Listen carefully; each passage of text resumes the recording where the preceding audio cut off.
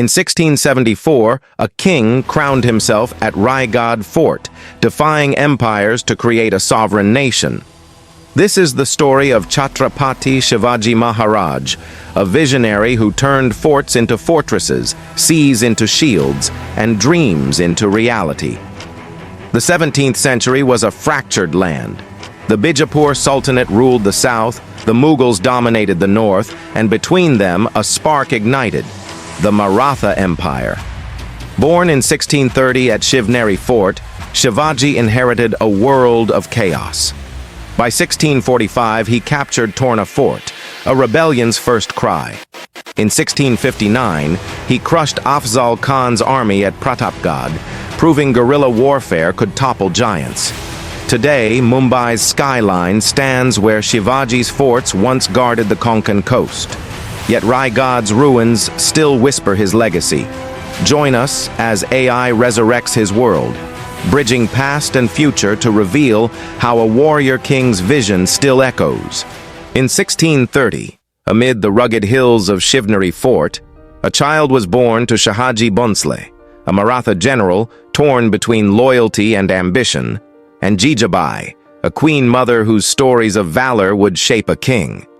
From his first breath, Shivaji inherited a land fractured by Mughal and Adil Shahi dominance.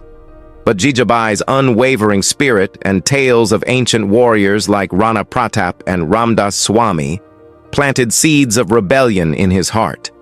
This is where the legend began. Not with a crown, but with a mother's resolve and a father's strategic mind. At 12, Shivaji trained under Guru Swami Ramdas, a mystic who believed in the power of bhakti, devotion, and shakti, strength. A king must be both scholar and warrior, Ramdas taught. Shivaji learned to wield a sword with precision, but also to govern with wisdom. Meanwhile, Jijabai's stories of the Mahabharata and Ramayana fueled his vision of Hindavi Swarajya, a kingdom where people, not empires, ruled. Her words echoed in his soul. A true leader serves his people, not just his pride. From sunrise drills to midnight strategy sessions, Shivaji absorbed lessons that would later crush armies and build empires. By 1640, Shivaji moved to Lal Mahal, a symbol of Maratha pride. Here, he studied terrain maps and plotted his first raids. At 16, he struck, capturing Torna Fort under cover of darkness. His men moved like ghosts, using ropes and daggers to seize the stronghold. These early raids weren't just battles, they were declarations. A boy had become a leader, and the Maratha dream was now a spark ready to ignite. At 16, Shivaji executed his first rebellion, capturing Torna Fort under cover of darkness. This wasn't just a raid, it was a revolution. With ropes and daggers, he scaled cliffs the enemy deemed impossible. His men moved like shadows, overpowering Bijapur's guards. By dawn, the Maratha flag flew high. Torna became the blueprint for Shivaji's strategy. Turn mountains into allies and weaknesses into strengths. This spark would ignite a wildfire. From here, no empire could ignore the rise of the Maratha king. In 1669, the Adil Shahi sent Afzal Khan, a general who mocked Shivaji as a mountain rat. Shivaji invited Khan to negotiate, but the meeting was a trap. As Khan lunged, Shivaji's armor deflected the dagger. His sword Bhavani struck true, and Khan fell. The Adil Shahi army, leaderless, collapsed under guerrilla attacks. This victory wasn't just about strength, it was about wit. Shivaji used the terrain, the element of surprise, and Khan's own arrogance against him. The Battle of Pratapgad became legend, a king who turned forests into fortresses and chaos into triumph. It was the moment the Maratha Empire stopped being a rebellion and became a threat. By 1664, Shivaji's audacity reached new heights.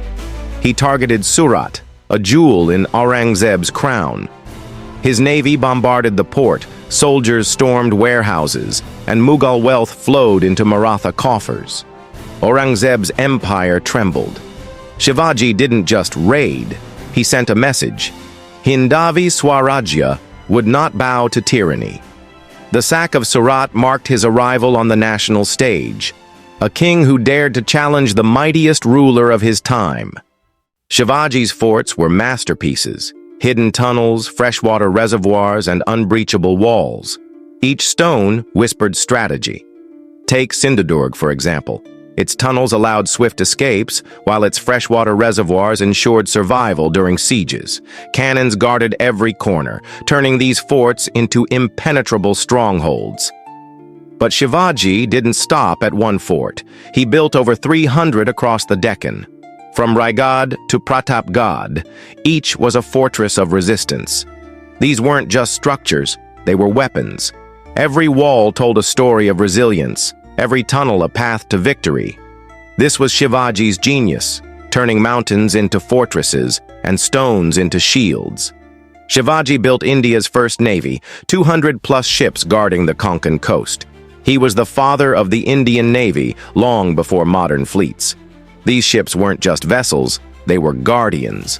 Armed with cannons, they patrolled trade routes, protecting Maratha sovereignty. From sacking Surat to defending his kingdom, Shivaji's navy became his shield on water. A king who ruled both land and sea, a visionary ahead of his time. Shivaji's brilliance extended beyond battlefields. His spies infiltrated enemy camps, gathering intelligence that turned the tide of wars. And when swords couldn't win, diplomacy did. Shivaji forged alliances, proving that strategy wasn't just about strength. It was about unity, a king who mastered both shadow and sunlight. On June 6, 1674, Shivaji crowned himself Chhatrapati at Raigad. This wasn't just a ceremony, it was a declaration. The Ashtapradhan council stood beside him, ready to govern a kingdom built on justice. Hindavi Swarajya was now a sovereign reality, a land where forts were symbols of freedom and rulers served the people. Shivaji's policies were radical. He abolished oppressive taxes like jizya and measured land fairly, Kanapak. His army included Muslims and Hindus, a kingdom where merit, not birth, decided power. This was governance ahead of its time, but sovereignty came at a cost. Aurangzeb's Mughal Empire launched relentless attacks. Shivaji's answer? Agility. His guerrilla forces outmaneuvered Mughal giants, turning their size against them. This was no ordinary conflict. It was a clash of ideologies, tyranny versus justice. From the bustling streets of Mumbai to the quiet villages of Maharashtra, Chhatrapati Shivaji Maharaj's legacy lives on. His 103-foot bronze statue at Kranti Chowk stands as a beacon of resistance, while crop fields across India bloom with his face, visible even from the skies. Every year, Shivaji Jayanti transforms cities into seas of saffron flags, celebrating a king who became a symbol of justice. This isn't just history. It's a living, breathing revolution. Shivaji's genius transcends time. Military academies study his guerrilla tactics, how he used cliffs as allies and rivers as shields. At Pratapgad, he taught the world that courage outweighs numbers. Today, soldiers analyze his strategies, learning to turn terrain into triumph. Even 400 years later, his lessons echo in jungles, seas, and battlefields. AI resurrects Shivaji's world, rebuilding Raigad's ruins, reanimating his navy, and retracing his steps. This technology doesn't just show us forts, it lets us walk through them.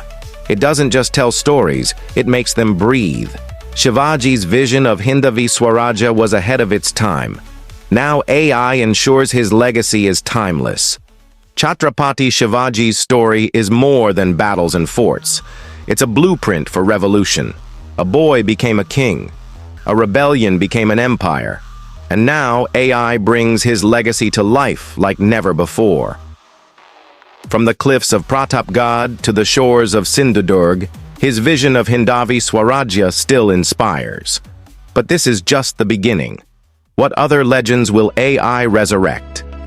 Subscribe to The Echo Historian and join the journey where history meets innovation. Because some stories aren't meant to fade, they're meant to echo.